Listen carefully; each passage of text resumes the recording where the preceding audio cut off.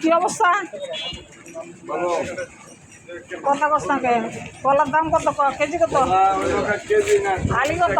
40 টাকা আলি। 120 টাকা। আর হচ্ছে আনারস সরি তাই 60 টাকা কেজি টক মিষ্টি।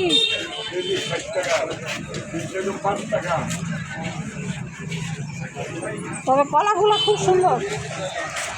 ফরমালিন দাও নাকি? না না না ভালো।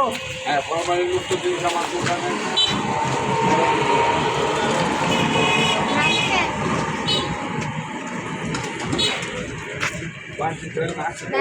বিক্রি করে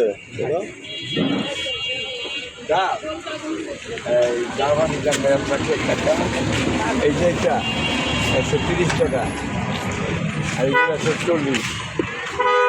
এটা 30 টাকা যেটা বলছি এটা গতকালকে 5টা 900 টাকা দাম আছে কথা বুঝছেন?